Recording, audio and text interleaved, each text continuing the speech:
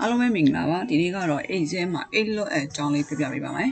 အဲ့တော့ဒီမှာကဇရာလေးတစ်ခုဖန်တီးထားပါရဲ့ပေါ့နော်အဲ့တော့ဒါလေးကိုဒီမှာဆိုလို့ရှိရင် department တွေရှိရယ် salary တွေရှိရယ်အဲ့တော့ဒါတော့နည်းနည်းရဲကလာတဲ့လူတွေရဲ့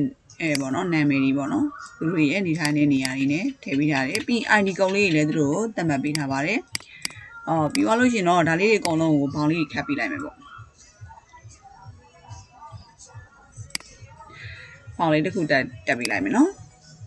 ပေါင်လေးတက်ပေးလိုက်မယ်တက်ပေးပြီးသွားတဲ့အခါကျလို့ရှိရင်အဓိကပြောချင်တာကတော့ဒီ H လို့အကြောင်း H လို့ကဒီထဲမှာရှိနေတဲ့လူဦးရေပေါ့နော်ဒီထဲမှာရှိနေတဲ့လူတွေက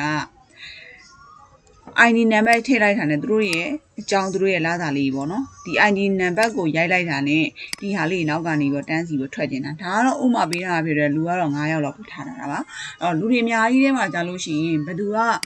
ဥမာ ID နံပါတ်တရားတိတ်ကလာတာဘယ်လောက်ရလဲသူကဒီပါသူ့ရဲ့ department ကဘာတွေလဲ ID တွေလားပါညာပေါ့နော်အဲ့လိုပုံစံမျိုးရှာပေးတာပါနော်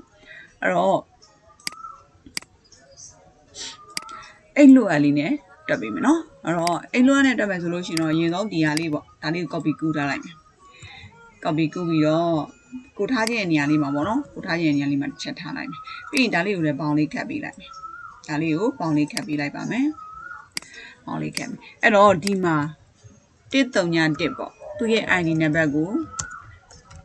ID နံပါတ်ကိုရိုက်ထည့်တာနဲ့ဒီဘက်မှာသူနဲ့သက်ဆိုင်တဲ့131နဲ့သက်ဆိုင်တဲ့ name တွေ address တွေ department တွေ salary တွေတန်းစီပြီးတော့ထွက်သွားအောင်တက်ချင်တာအဲအကြောင်းမို့ဒီမှာတစ်ချက်ကလစ်မယ်ဒီ name နေရာလေးမှာတစ်ချက်ကလစ်မယ်ပြီး equal ဒီဟာလေးကို100နဲ့အဲ့လိုမျိုးလေးပြောင်းသွားပါလိမ့်မယ်ဒါကတော့လူနည်းနေလို့ပါလူတွေအများကြီးဆိုလို့ရှိရင်တော့ connect ကုန်းနံပါတ်လေးရိုက်ထည့်လိုက်လို့ရပါတယ်နော်အားလုံးပဲဆင်ပြေကြပါစေနော်